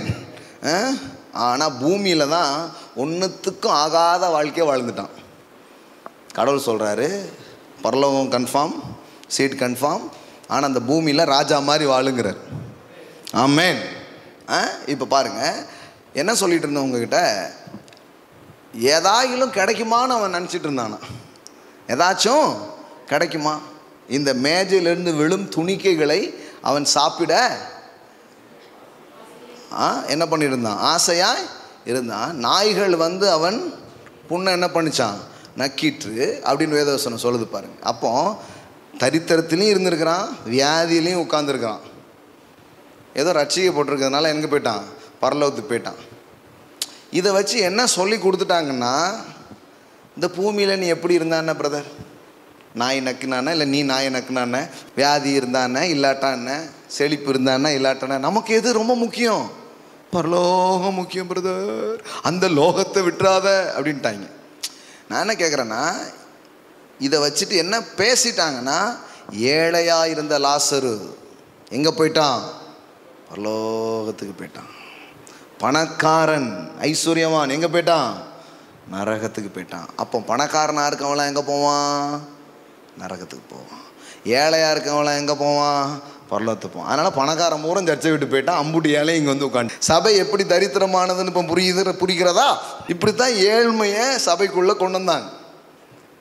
ஆக்சுவலி அந்த கதை அதையா சொல்லுது. இது எப்படி இருக்குதுன்னா, எதுக்கோ ஒன்று சொல்லுவாங்களாம், வேற ஒன்று புரிஞ்சுட்டு போவாங்க அம்மாங்கள்ல. புரியுதா உங்களுக்கு? ஒரு ஊரில் வந்து இந்த ஆல்கஹால் சாராயம் இருக்குது பார்த்தீங்களா, அதை வந்து கிராமத்து மக்கள் குடிச்சு அழிகிறாங்கன்னு கவர்மெண்ட்லேருந்து ஒரு ப்ரோக்ராம் பண்ணியிருக்காங்க. ஆல்கஹாலை கொண்டு வந்து வச்சு 4 இந்த இது இருக்குது பாருங்கள், புழுக்களெல்லாம் போட்டிருக்கான். விழுந்து புழு துடிச்சு செத்துருக்கு. உடனே இதுலேருந்து என்ன தெரிகிறது மக்களேன்னு இருக்கான், நம்ம குடித்தோம்னா வயிற்றில் இருக்கிற பூச்சிக்குள்ளெல்லாம் செத்து போயிடும். அவன் வந்து புழு இப்படி சாவுதுன்னா குடல் வந்து செத்து போயிறாயான்னு அவன் சொல்லிட்டு இருந்திருக்கான். ஆனால் இவங்கள பூரா என்ன பண்ணான்னா, மாப்பிள்ளை நாளையிலேருந்து சரக்கு கண்டிப்பாமல் அடிப்போம், ஏன்னா ஒரு பூச்சி மருந்தாம அது. அதாவது இவங்க ஒரு பக்கத்தில் சொல்ல அது இன்னொரு பக்கமாக என்ன பண்ணியிருக்குது, இழுத்துட்டு போகுது. அது மாதிரி தான் பாருங்கள், பைபிள் என்ன சொல்ல வருது. நீ வந்து இப்படி அப்போ நான் என்ன கேட்குறேன்னா, ஏழையாக மட்டும் இருக்கக்கூடாது. அப்போ நீங்கள் பைபிள் படியே நீங்கள் பார்த்தீங்கன்னா அவன் ஏழையாகவும் இருந்தான், அதே நேரத்தில் எப்படி இருந்தான், பிச்சை எடுத்து தான் சாப்பிட்டான். கரெக்டு தானே? அடுத்தது உடம்பு பூரா என்ன இருந்தது, சொறி சிரங்கெல்லாம் அப்போ வந்திருக்கணும் இல்லை? எக்ஸாக்டாக லாசர் மாதிரி நீங்கள் மாறினா தான் போக முடியும்னா, அப்போ உங்களுக்கு உடம்பு மேலெல்லாம் என்ன வந்திருக்கணும், வியாதி அரே ஹாந்தா அந்த மாதிரி ஆனீங்கன்னா தான் எங்கே போக முடியும், பரலோகம் போக முடியும். ஒரு நாய் கண்டிப்பாக இருக்கணும். நீங்கள் இப்போ சிரிக்கிறீங்களே, இத்தனை வருஷம் இதை தான் பிரசங்கம் பண்ணி நம்ப வச்சுருக்காங்க. அப்போ என்ன இந்த ஸ்டோரியில் என்ன சொல்ல வர்றாரு அப்படிங்கிறதே நமக்கு சொல்லாமல் வேறு மாதிரி ஆக்கி விட்டாங்க பாருங்கள். என்ன சொல்ல வர்றாரு இப்போ இவன், இது வந்து என்ன நமக்கு சொல்லிட்டாங்கன்னா, சொல்ல வர்றது ஒன்று தான், நீ ஏழை பணக்காரனுங்கிறதுல இயேசுவை விசுவாசிக்க உனக்கு நித்திய வாழ்க்கை உண்டு அப்படிங்கிறது தான் கதை. சரிங்களா? ஏன்னா இவன் வந்து பரலோகத்துக்கு போயிடுறான், ஒரு பணக்காரன் எங்கே போயிடுறான், நரகத்துக்கு போயிடுறான். இப்போது அந்த பணக்காரன் வந்து சொல்கிறான் ஆபிரகாம் கிட்ட, ஏன்னா இவன் எங்கே போய் உட்கார்றான், இந்த லாசரு ஆபிரகாமின் மடியில் போய் தான் என்ன பண்ணுறான், உட்கார்றான். இப்போ நல்லா கவனிங்க, இதுலேயே நிறைய கான்ட்ரடிக்ஷன் இருக்குது, உங்களுக்கு காட்டுறேன் பாருங்கள். இப்போ இந்த பணக்காரன் வந்து சொல்கிறான், பூமியில் என்னுடைய சகோதரர்கள் இருக்கிறாங்க, இந்த லாசருவை அனுப்பி அவருக்கு என்ன பண்ண சொல்லுங்கள், பிரசங்கம் பண்ண சொல்லுங்கள், அவன் என்ன பண்ணுவான், நம்புவான் அப்படின்ட்டு. அதுக்கு வந்து ஆபிரகாம் சொல்கிறாரு, இல்லை இந்த பூமியில் யார் இருக்கிறா, மோசேயும் தீர்க்கதரிசிகளும் இருக்கிறார்கள், அவர்கள் சொல்லுவதை அவன். இப்போ கவனிங்க, ஆபிரகாம் சொல்கிறது சிம்பிள், இந்த பூமியில் அவங்க இருக்காங்க, அவங்களுக்கு அவன் என்ன பண்ணால் போதும், செவி கொடுத்தா போதும். இப்போ நம்ம இந்த ஸ்டோரியில் புரிஞ்சிக்க வேண்டியது என்னென்னா, ஏழையாக இருக்கிறது வியாதியாக இருக்கிறது இல்லை பரலோகத்துக்கு வழி. அது வழின்னா இப்போ இயேசுவே வழின்னு சொல்லக்கூடாது. நம்ம என்ன சொல்லணும், பரலோகம் செல்ல தரித்திரமே வழி, பரலோகம் செல்ல வியாதியே வழி, பரலோகம் செல்ல சொறி சிரங்கே வழி, அப்படி தான் பிரசங்கம் பண்ணணும். ஆனால் நம்ம என்ன சொல்கிறோம், ஏசு சொன்னார், நானே வழியும் ஜீவனுமாக இருக்கு, நானே வழி, பரலோகம் போகிறதுக்கு அவர் தான் வழி. அதுவும் கரெக்டாக சொல்லணும்னா, இயேசு பரலோகத்துக்கு போகிறதுக்கே அந்த வார்த்தையை சொல்லலை. ரொம்ப சொன்னால் நீங்கள் அஃபண்ட் ஆகிடக்கூடாது, நான் மெதுவாக சத்தியத்தை சொல்லிகிட்டு இருக்கிறேன். ஏன்னா கொஞ்சம் டூ மச்சாக வால்யூம் கூட்டினாலும் ஒரு மாதிரி ஆயிரும். அதனால் ஆக்சுவலி அவர் எதை சொல்கிறாருன்னா, நீங்கள் போய் வாசித்து பாருங்கள், பிதாவுக்கிட்ட எப்படி போகிறதுன்னு கேட்குறாங்க. பிதாவிடத்தில் போவதற்கு நானே வழிங்கிறார். நாம் அதை எங்கே கொண்டு போய் கனெக்ட் பண்ணிட்டோம், பரலோகத்தோட கனெக்ட் பண்ணிட்டோம். அவர் அதை பற்றியே பேசலை. நிறைய பிரசங்கம் மனதிலிருந்து வருவது, வசனத்திலிருந்து இல்லை. இப்போ நானே 4-5 வசனம் சொன்னேன்னா நீங்கள் சொல்லுவீங்க, ஆனால் அந்த வசனம் அங்கே இருக்காது பைபிளில். அப்படி நம்மளை நம்ப வச்ச நிறைய பகுதிகள் இருக்குது. ரத்தம் சிந்துதல் இல்லாமல் பாவ மன்னிப்பு இல்லை, அப்படி வசனத்தில் இருக்குதா? அந்த வசனத்தை நீங்கள் என்னைக்காவது வாசித்துருக்கீங்களா? ஆனால் நீங்கள் நம்பியிருப்பீங்க. ஆனால் நீங்கள் பைபிளில் போய் வாசித்து பாருங்கள், நீங்கள் சொல்கிற மாதிரியே வசனத்தில் இருக்கான்னு பாருங்கள். ரத்தம் சிந்துதல் இல்லாமல் மன்னிப்பு இல்லைன்னு தான் இருக்குது. அதில் பாவத்தை சேர்த்தது யார்? ஆனால் அது ஏன்னா அது பாட்டாக வேற பாடியிருக்கோம், ரத்தம் சிந்துதல் இல்லாமல் பாவ மன்னிப்பு இல்லைன்னு பாட்டாக வேற பாட்டோமா? ஓ, பாட்டாவே பாட்டியா?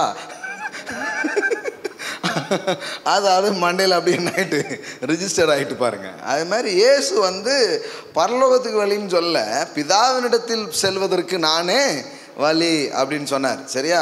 அதுதான் மேட்ரு. அப்பாவுக்கும் உனக்கும் கொஞ்சம் தயாராகி ஆகி போச்சு. மூத்த அண்ணன் இறங்கி வந்ததே அதை சரிப்படுத்துறதுக்கு தான். நம்ம அண்ணாச்சி வந்து எல்லாத்தையும் முடிச்சுட்டு போயிட்டாப்புல. ஆமேன்.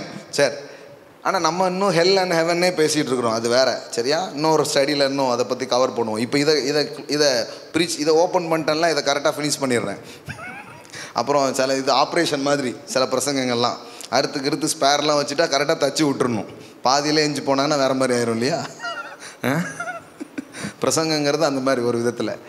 அப்போது இயேசு தான் வழி. தரித்திரம் வழி அல்ல, வியாதி வழி அல்ல, ஏழ்மை வழி அல்ல, இது எதுவுமே வழி கிடையாது. ஆனால் இதை சொல்லியிருக்காங்க. இந்த லாசர் கதையை எடுத்து ஐயோ என்ன மாதிரி பேசுவாங்க தெரியுமா? என்னையும் ஒரு லாசருவா மாற்றுங்க ஆண்டவரேன்னு ஜோம் பண்ணுவாங்க. அப்படின்னா என்ன அர்த்தம்? எனக்கும் சொறி சரங்கு வரட்டும், வியாதியெல்லாம் வராத வியாதியெல்லாம் எப்படி வர வச்சுருக்காங்க பாருங்கள். என்னையும் அடியேனையும் ஒரு லாசருவாக மாற்றுங்க ஆண்டவரே. ஐஸ்வர்யவானை போல் அல்ல ஆண்டவரே, லாசருவை போல அப்படின்ட்டாங்க. இதில் என்ன பெரிய இதுன்னா, லாசரு போய் மேலே ஒருத்தன் மடியில் கொண்டு போய் அவனை உட்கார வைக்காங்க. அவனை பார்த்தா ஆபிரகாமு. இவன் என்ன நினச்சிக்கிட்டு இருந்தான்னா, பணக்காரன் பரலோகம் போக மாட்டான்னு. ஆக மொத்தத்திலே பூமியிலே பெரிய பணக்காரன் தான் ஆபிரகாம். அவன் மடியில் போய் தான் அவன் உட்காடுறான். என்னது நீங்கள் இருக்கீங்க, நீங்களாங்கிற மாதிரி பார்க்குறான் அவன். இந்த பணக்காரங்க போக மாட்டாங்கன்னு பிரசங்கம் பண்ணாங்களே, அந்த சர்ச்சுக்கு நீனும் போயிட்டியா? நீ ஒழுங்காக உன் தாத்தா என்னை பற்றி ஒழுங்காக படிச்சிருக்கலாம்ல நீ. என்ன அப்படி சொல்லவே இல்லையே இந்த பூமியில். தரித்திரம், நோய், பலகீனம், இதான் வழின்னே நாங்கள் எப்படியோ வந்துட்டேன். வியாதியிலே செத்து தான் வந்துட்டேன் நான். ஆமாம், ஐஸ்வர்யமானும் செத்து போயிட்டான், சோறு போட ஆள் இல்லை. அவனாவது சாப்பிட்டுட்டு இருந்தது மிஞ்சி ஏதாவது சாப்பிட்டுட்டு இருப்பேன். அவனும் என்ன பண்ணிட்டான், போய் சேர்ந்துட்டான். அதனால் நான் என்ன பண்ணிட்டேன், இப்போ மேலே வந்தாச்சு. இப்போ யார் மடியில் உட்காந்துருக்கான்னா அவனுக்கு ஷாக் ஆகிடுச்சு. ஏன்னா ஆபிரகாம்லாம் பரலோகத்து வரமாட்டாருங்கிற மாதிரி தான் இவங்க பிரசங்கம் கொடுத்துருக்காங்க. ஏன்னா ஐஸ்வர்யவான் தேவனுடைய ராஜ்யத்தில் தம்பி போக முடியாதுன்ட்டாங்க. அதனால் பார்த்தீங்க எல்லாம் விற்றுட்டு எல்லாம் ஏழையாகிட்டாங்க. மேலே போன பார்த்தா எல்லாம் பணக்காரன்லாம் உட்காந்துங்க. ஆபிரகாம் பணக்காரன், ஈசாக்கு, சாலமோனு எல்லாம் ஒரே லிஸ்ட்டில் பார்த்தா இல்லை அம்புட்டு பேரும் பணக்காரங்களா? ஆமாம், கத்தரை நம்பிட்டு எப்படியா ஏழையாக இருக்க முடியும்? கத்தரை நம்பினா செல்வந்தராகவும் ஐஸ்வர்யவனாகவும் உயர்ந்தவனாகவும் தான் இருக்க முடியும். ஆமென். கத்தரை நம்புகிறவனும் செழிப்பான். கத்தரின் ஆசீர்வாதமே ஐஸ்வர்யத்தை தரும். ஆமென். அப்புறம் எப்படி தரித்திரம் வரும்? ஆனால் உபதேசத்தினால வரும். எல்லாம் சொல்லுங்க, கத்தர் தர்றதில்லை, உங்கள் உபதேசம் தந்தது.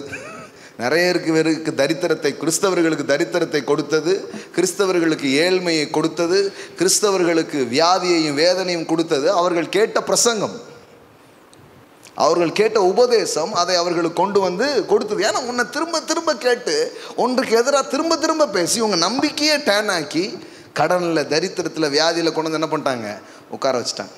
அதனால தான் பாருங்கள், சபைக்கு ஒரு பாய் வேணும்னாலும் 10 வாரம் சொம்பணுவாங்க ஒரு பாய்க்கு.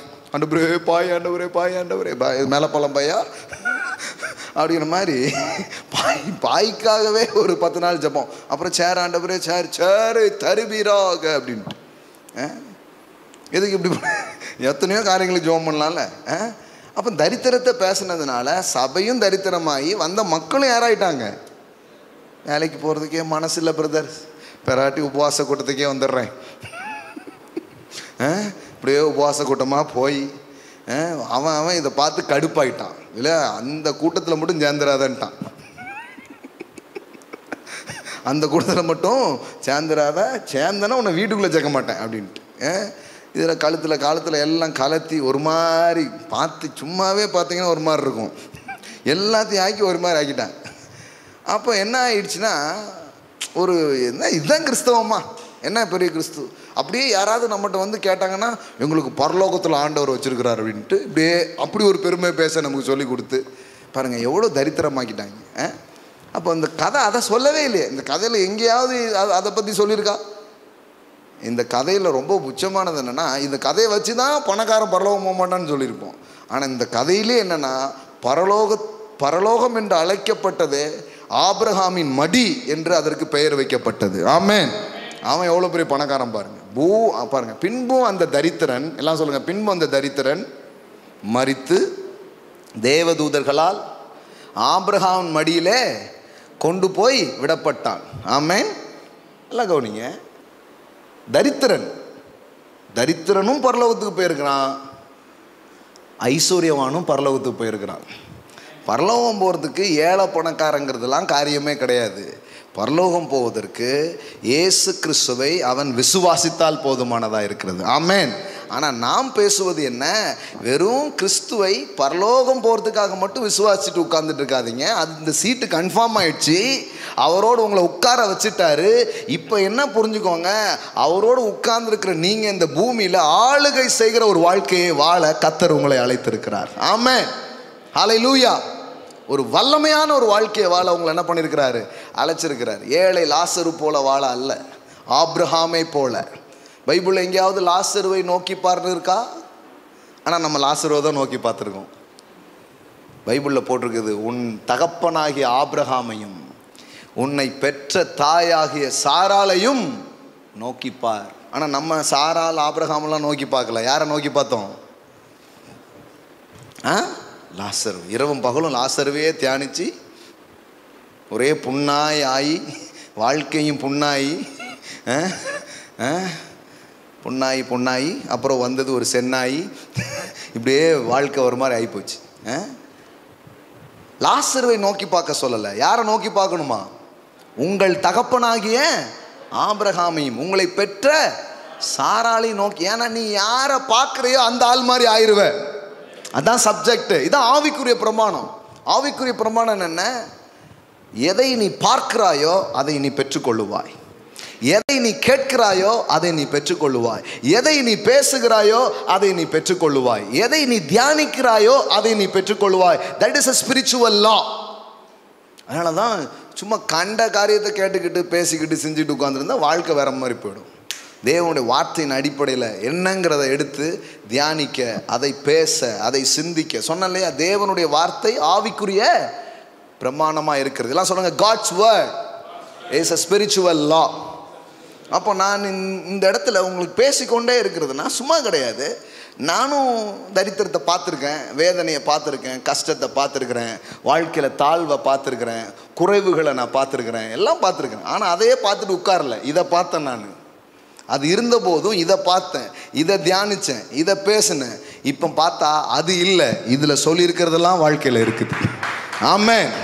நான் சொல்கிறேன், இப்படி தான் உங்கள் வாழ்க்கை மாறப்போகுது.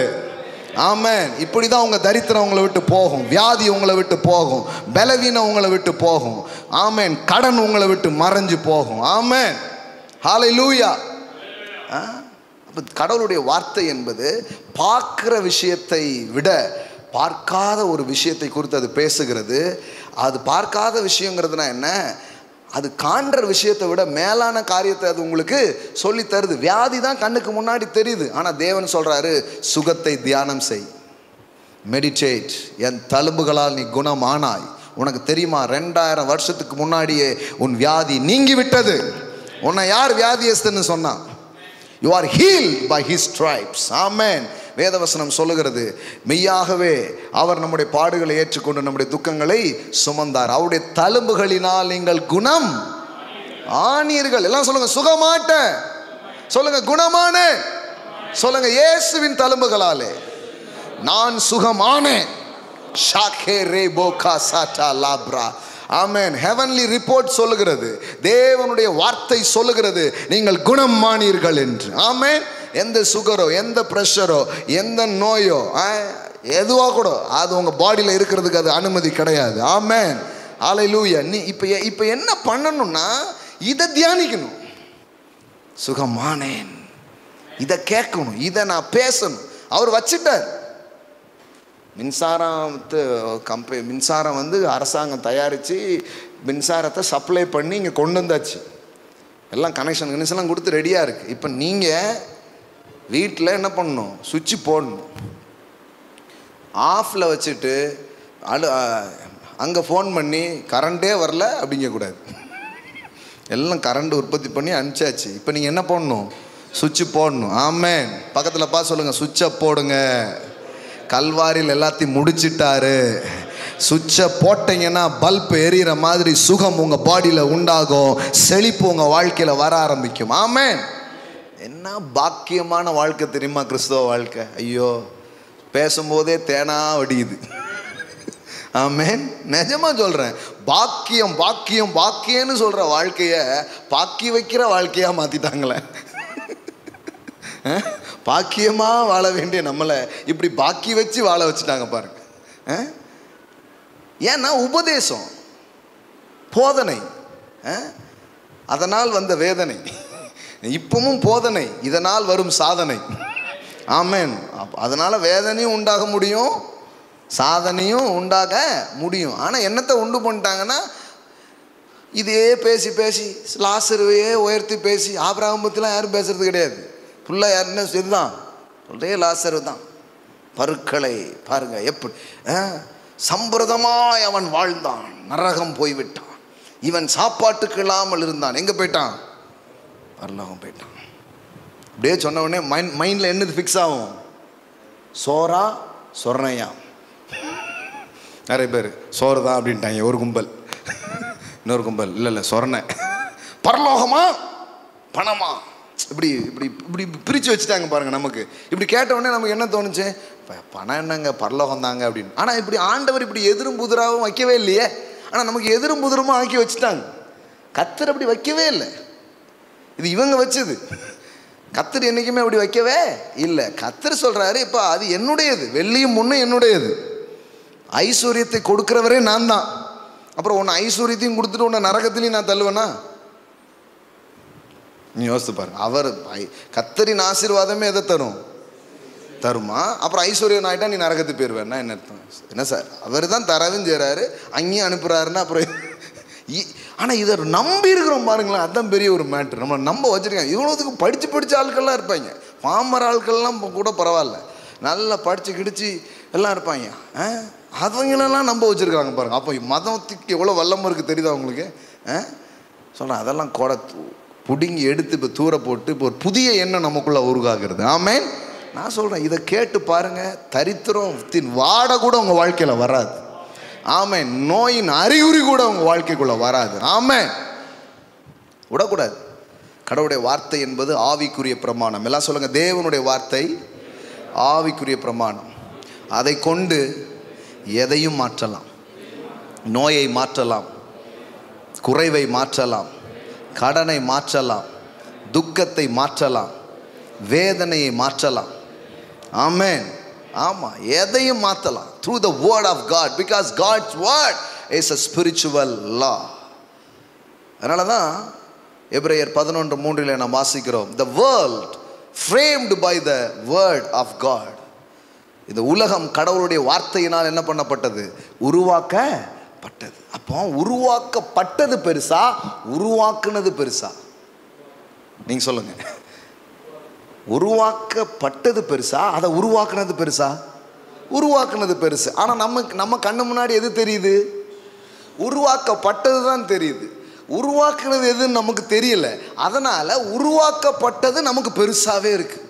எவ்வளோ பெருசு, எவ்வளோ இது பார்த்து அப்படி பெருசாகிடுச்சு. ஆனால் என்றைக்கு உங்களுக்கு இந்த வெளிப்பாடு வருதோ அன்னைக்கு, இப்போ இது இல்லை, இதை உண்டாக்குன ஒன்று இருக்குது, அது பொன் வெள்ளியை பார்க்கிலும் நீர் விளம்பின வேதமே நலம். ஏன்னா அதுதான் இதை உருவாக்கியிருக்கு. அதனால தான் நீங்கள், நான் பொருள் பின்னாடி ஓடுறது சொல்ல, அருள் பின்னாடி ஓடினா பொருள் வரும். உண்டாக்குன வார்த்தையினால் நீங்கள் நிரம்புனீங்கன்னா அந்த வார்த்தையை கொண்டு உங்கள் வாழ்க்கையை நீங்கள் உண்டாக்க முடியும். ஆமென். இப்போ போடுங்க, காணப்படுகிறவைகளை அல்ல, காணப்படாததை நோக்கி இருக்கிற நமக்கு.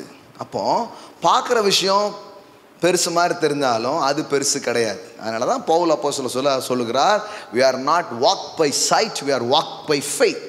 அப்படின்னா என்ன அர்த்தம்? நாம் தரிசித்து நடவாமல் நாம் என்ன பண்ணுறோம்? விசுவாசித்து நடக்கிறோம். அப்படின்னு என்ன? பார்த்தா பஞ்சமாக தான் தெரியுது, பார்த்தா வியாதியாக தான் தெரியுது, பார்த்தா ஒரு எதுவும் கரெக்டாக இருக்கிற மாதிரியே தெரியல. அதனால் அவர் சொல்கிறார், இதை பார்க்காத. அப்போ எதை பாரு? வாக்கு தத்தங்களை பார், வார்த்தையை பார், கல்வாரியை பார், உனக்காக தேவன் செய்ததை பார். தேவனிடத்தில் அன்பு கூறுகிறவர்களுக்கு அவர் ஆயத்தம் பண்ணின நன்மைகள் எவ்வளவு பெரியதாக இருக்கிறது. எந்த கண்ணும் அதை காணவில்லை, எந்த காதும் அதை கேட்கவில்லை, எந்த மனிதனின் இருதயத்திலும் அது தோன்றவில்லை. ஆனால் தேவனோ தமது ஆவியினால் அதை நமக்கு வெளிப்படுத்தினார். ஆமென். அப்போ நீங்கள் இந்த சாயங்காலம் உட்கார்ந்து என்ன கேட்டுருக்கீங்க? ஆவியானவர் கொடுக்கிற வெளிப்பாட்டை கேட்டுக்கொண்டிருக்கிறீர்கள். அதான் சொல்கிறேன், வெளிப்பாடு வந்துச்சுன்னா நம்ம வெளிப்பாடுகள் எல்லாம் மாறிவிடும். வெளியில் இவ்வளோ பாடு இருக்க, ஏன் வெளிப்பாடு இல்லாமல் தான். எல்லாம் சொல்லுங்க, வெளிப்பாடு வந்தா இந்த வெளிப்பாடுகளெல்லாம் மாறிவிடும். ஆமென். ஆனால் நமக்கு வெளிப்பாடு பற்றிலாம் யாரும் சொல்கிறது இல்லை. அது அது வேறு மாதிரி தான் போயிடுது. அதுதான் ரொம்ப முக்கியம். நான் சொல்கிறேன், நான் ஒன்றும் பண்ணல வாழ்க்கையில். இதை தெரிந்து கொள்வதற்கு கொஞ்சம் முனைப்பை காட்டினேன், இதை அறிந்து கொள்வதற்கு கொஞ்சம் நேரத்தை கொடுத்தேன். இதை பிடிச்சேன் ஆழமாக. இதை வேதவசனம் சொல்லுது, நீ அதை பற்றிக்கொள், அது உன்னை தழுவிக்கொள்ளும். ஆமென். ஆமாம், முதல்ல நம்ம அதை பிடிப்போம், அப்புறம் அது நம்மளை பிடிக்கும். பார்த்துருக்கீங்களா? விதையை போடுவீங்க, நீங்கள் தான் விதையை பூமிக்குள்ள அனுப்புகிற மாதிரி இருக்கும். அப்புறம் விதை போய் அப்போ பூமி அதை பிடிக்கும். இப்படி ஒன்றை பிடிச்சி பார்த்தீங்கன்னா விளைச்சல் பெருசாக வர ஆரம்பிச்சிடும். ஆமென். அப்படி தான் உங்கள் வாழ்க்கையில் பெரிய மாற்றங்கள் வரப்போகிறது, பெரிய திருப்பங்கள் வரப்போகிறது. ஆமென். தேவனுடைய வார்த்தை என்பது ஆவிக்குரிய பிரமாணம். அப்போ 2 பார்வை ரொம்ப முக்கியம். ஒன்று சரீர பிரகாரமாகவே எல்லாத்தையும் பார்த்து கொண்டிருக்கிற ஒரு பார்வை, இன்னொன்று ஆவிக்குரிய பார்வை. ஆமென். ஆவிக்குரிய பார்வை இது இது இது வரணும். அதனால தான் பவுல் அப்போஸ்தலன் ஜெபிக்கிறார், பிதாவே இவங்களுடைய மனக்கண்ணை திறந்து விடுங்க. மனக்கண்ணை இப்போ நமக்கு இந்த பூமியில் இருக்கிற எதோ இதுதான் பெருசாக தெரியுது. நமக்கு எது பெருசாக தெரியணும்னா, வெளிப்பாடு வந்துருச்சுன்னா எது பெருசாக தெரியும்னா, சூழ்நிலைகள்லாம் பெருசாக தெரியாது. கர்த்தருடைய ஆசீர்வாதமே ஐஸ்வரியத்தை தரும். ஆமென். கடவுளுடைய கிருபை பெரியது. ஆமென். அவருடைய தயவு பெரியது. எனக்குள் இருக்கிறவர் இந்த உலகத்தில் இருக்கிறவனிலும் பெரியவராய் இருக்கிறார். உங்களை எதிர்க்கிற ஆள் பெருசாக தெரிய மாட்டார், உள்ள இருக்கிறவர் பெரியவர். ஆமென். உங்கள் நோய் பெருசாக இருக்காது, அவருடைய தழும்புகளால் எனக்கு வந்த சுகம் பெரியதாக இருக்கிறது. அப்போ ஆவியானவரோடும் வார்த்தையோடும் நீங்கள் கொஞ்சம் உங்களை ஒருமுகப்படுத்தி கொள்ள நீங்கள் ஒரு பிரயாசத்தை எடுக்கணும். அந்த ஒரு பிரயாசம்தான் உங்களுக்கு. இதை இரவும் பகலும் தியானித்து கொண்டிருப்பாயாக, அப்பொழுது கடவுள் ஏதோ ஒன்றும் பண்ணணுங்கிறது இல்லை. ஏன்னா கடவுள் எல்லாத்தையுமே பண்ணிட்டார். யோசுவா 1:8 மறுபடியும் போடுங்க. நிறைய பேர் ஆண்டவன் எப்போ கண்ணை திறப்பான் பிரதர், கடவுள் சீக்கிரமாக கண்ணை திறந்துட்டா ரொம்ப நல்லது பிரதர் அப்படின்னே கேட்டுக்கிட்டு இருக்காங்க. பைபிள் என்ன சொல்லுதுன்னா, உன் கண்ணு எப்போ திறக்கும், உங்கள் கண்ணு என் கண்ணு எப்போ திறக்கப்படும். கடவுள் ஒன்றும் கண்ணை மூடிட்டு இல்லை, நம்ம கண்ணு தான் பல காரியத்தில் சொருகி போய் இருக்கு. திறக்கப்பட வேண்டியது கடவுள் கண் அல்ல, நம் கண்கள். ஆமென். நம்ம கண்ணை திறந்துட்டா ஆகார் மாதிரி அழமாட்டோம், பக்கத்திலே நீரூற்று இருக்குன்னு பார்த்துருவோம். ஆகார் ஏன் அழுதுட்டு இருந்தா? தண்ணி இல்லையேன்னு. ஆனால் நீரூற்று எங்கே இருந்துச்சு? பக்கத்திலே இருந்துச்சு. இதுதான் கிறிஸ்தவர்களுடைய நிலைமை. கல்வாரியில் அவர் அடிக்கப்பட்டு ரத்தம் சிந்தி மறித்து அம்புட்டு ஊற்றையும் திறந்துட்டார். இது எப்படி தெரியுமா? ஊத்த பூரா வச்சுக்கிட்டு அழுதுகிட்டு இருக்கோம். ஆகாரே ஏன் அழுகிறாய், ஓ சபையே ஏன் அழுகிறாய், விசுவாசி ஏன் அழுகிறாய். உடனே ஏன் அழுகிறாய்னா இன்னும் கொஞ்சம் அழுக வரும். நீங்கள் பார்த்துருக்கீங்களா? நீங்கள் அழுற ஆள்கிட்ட போய் ஏன் அழுதுங்க, சரி நான் அழுது முடிங்க அதுக்கப்புறம் சொல்லுது. அப்போ இப்படி தான் போயிட்டுருக்கு. ஆண்டவர் சொல்கிறாரு, உன் கண்ணை திற. கர்த்தர் ஆகாரின் கண்ணை திறந்தார், அவள் நீரூற்றை கண்டாள். இன்றைக்கும் ஆண்டவர்கிட்ட கேளுங்க, கர்த்தாவே ஏதோ பெருசாக தெரியுது, இது பெருசு கிடையாது, இதை உண்டாக்கின உம்முடைய வார்த்தை பெரியது, உம்முடைய அன்பு பெரியது, உம்முடைய கிருபை பெரியது. அந்த பெருசுங்கிறது எனக்கு பெருசாக தெரியட்டும் ஆண்டவரே, எனக்கு ஹெல்ப் பண்ணுங்க. ஹோலி ஸ்பிரிட் என் பலவீனங்களில் எனக்கு உதவி செய்யுங்கன்னு ஆவியானவரையும் வார்த்தையும் சார்ந்துக்கிட்டா ரெக்கை அடித்து பறக்க ஆரம்பிச்சிருவீங்க. ஆமென். அதுக்குள்ளே நம்ம வரணும், அதுதான் முக்கியம். அப்போ பாருங்கள், இந்த நியாயப்பிரமாண புஸ்தகம் உன் வாயை விட்டு பிரியாதிருப்பதாக. எல்லாம் சொல்லுங்கள், வாயை விட்டு பிரியாதிருப்பதாக. இதில் எழுதியிருக்கிறபடியெல்லாம் நீ செய்ய கவனமாக இருக்கும்படிக்கு இது என்ன பண்ணு, இரவும் பகலும் தியானித்து கொண்டிரு. அப்பொழுது, எல்லாம் சொல்லுங்கள் அப்பொழுது. இப்போ ஆண்டவர் எப்போ செய்வார்னு கேட்குறோம். ஆண்டவர் எப்போ செய்வார்னு அவர் ஒன்றும் டைம் ஃபிக்ஸ் பண்ணல. அவர் அவருக்கு இன்றைக்கே உங்களுக்கு செய்யணும்னு ஆசை. ஆமென். சொல்ல போனால் 2000 வருஷத்துக்கு முன்னாடி அக்கௌண்ட்டில் போட்டாச்சு. இப்போ நீங்கள் துதிக்கும் போது கொண்டு போய் தூதன் போடுறதில்ல, போட்டிருக்கிறான்னு தெரியறதுனால துதி வருது. நம்ம என்ன நினைக்கிறாங்கன்னா, போடு 1000 சோத்திரப்பள்ளி. சரி 1000 சோத்திரப்பள்ளி போட்டிருக்கான், ஒவ்வொரு சோத்திரத்துக்கும் 1 ரூபானாலும் 1000 ரூபா அக்கௌண்ட்டில் போட்டுருப்பா. இப்படி ஆண்டவர் ஏதாவது போடுவார் போல். ஒவ்வொரு துதிக்கும் 1 ரூபா, 1 ரூபா மேனிக்கு வாங்கிக்கோப்பா, அந்த மாதிரி ஏதோ பண்ணுறாரு போல். இப்படியே இப்படியே சொல்லி வச்சுருக்காங்க பாருங்கள். ஆனால் உங்கள் அக்கௌண்ட்டை எப்போவுமே அவர் நிரப்பிட்டார். எப்பொழுது அவர் வெறுமையானாரோ அப்பொழுதே உங்கள் களஞ்சியம் நிரம்பி விட்டது. ஆமென். நிரப்பிட்டாருங்க. எல்லாம் சொல்லுங்க, நிரப்பி விட்டார். அவருடைய தரித்திரத்தினாலே நீங்கள் செல்வந்தர்களாய் மாறிவிட்டீர்கள். ஆமென். எல்லாம் சொல்லுங்க, இயேசு எனக்காய் தரித்திரரானார், நான் ஐஸ்வர்யவானாகிவிட்டேன். எல்லாம் சொல்லுங்க, நான் ஐஸ்வர்யவான். ஆனால் நம்ம ஐஸ்வர்யவான் என்றதில்ல. ஐஸ்வர்யவான் ஏன் என்றதில்லை, ஏன் சொல்கிறதில்ல, ஏன் பேசுறதில்ல? ஏன்னா பார்க்குறதுக்கு என்னதான் இருக்குது? தரித்திரம் தானே இருக்குது. காசுக்கே வழி இல்லை, கடன் இருக்குது, பிரச்சனை இருக்குது, நோய் இருக்குது, தோல்வி இருக்குது. அதை எப்படி பேச முடியும்? பார்க்கறது தானே பேச முடியும். கடவுள் சொல்கிறாரு, இது உலகத்தின் மொழி, அந்த மொழியை நீ பேசாத, என்னுடைய மொழியை பேசு. நீ உன் சூழ்நிலை சொல்கிறத என்கிட்ட வந்து சொல்கிற. ஆனால் கடவுள் சொல்கிறாரு, நான் சொல்கிறத போய் உன் சூழ்நிலைகிட்ட சொல்லு. ஆமென். எத்தனை பேருக்கு புரிஞ்சுன்னு சொல்ல? மலையை பற்றி என்கிட்ட சொல்லாத, என்னை பற்றி மலைக்கிட்ட போய் சொல்லு, மலையை பெயர்ந்து போ. நம்ம கடனை பற்றி நம்ம ஆண்டவர்கிட்ட போய் பேசிகிட்டு இருக்கோம். ஆண்டவரே, என் கடன் எவ்வளோ பெருசு தெரியுமான்ட்டு. கடவுள் சொல்கிறாரு, என்னை பற்றி உன் கடன்கிட்ட போய் சொல்லு. ஹலோ, உன் வியாதிக்கிட்ட போய் என்னை பற்றி சொல்லு, வியாதியை பற்றி என்கிட்ட சொல்லாத. நம்ம எங்கே சொல்லணுமோ அங்கே சொல்கிறதில்ல, மாற்றி மாற்றி சொல்லிக்கிட்டு இருக்கோம். கடவுள் சொல்கிறாரு, மலையை பார்த்து பேசுங்கிறாரு. நம்ம என்ன பண்ணுறோன்னா மலையையும் கூட்டிக்கிட்டே போயிருந்தோம் அவர்கிட்ட. ஆண்டவரே, எவ்வளோ பெரிய மலை தெரியும். ஆமாம், நான் தான் படித்தேன், எனக்கே தெரியும். சரி சொல்கிறேன், கேட்க. மலையை பற்றி நீ என்கிட்ட சொல்லாத, என்னை பற்றி மலைக்கிட்ட சொல்லு, அந்த மலை விலகும். ஆமென். ஹல்லேலூயா. ஓ ஷாக்கே ரே மஹான்டாலா ப்ரோகே டாலா பாராகே தாரா. இன்றைக்கு உங்கள் ஆவிக்குரிய கண்கள் திறக்கப்படட்டும், இந்த மாம்சீக பார்வை மாறட்டும். அப்போ என் வாழ்க்கையில் குறைவும் பஞ்சமும் இருந்தபோது நான் பார்த்தவைகளை பேசவில்லை, நான் காணப்படாத இதை பேசினேன். இப்போ தரித்திரம் எங்கே போச்சுன்னே தெரில. ஆமென். அதுதான் the same spiritual law.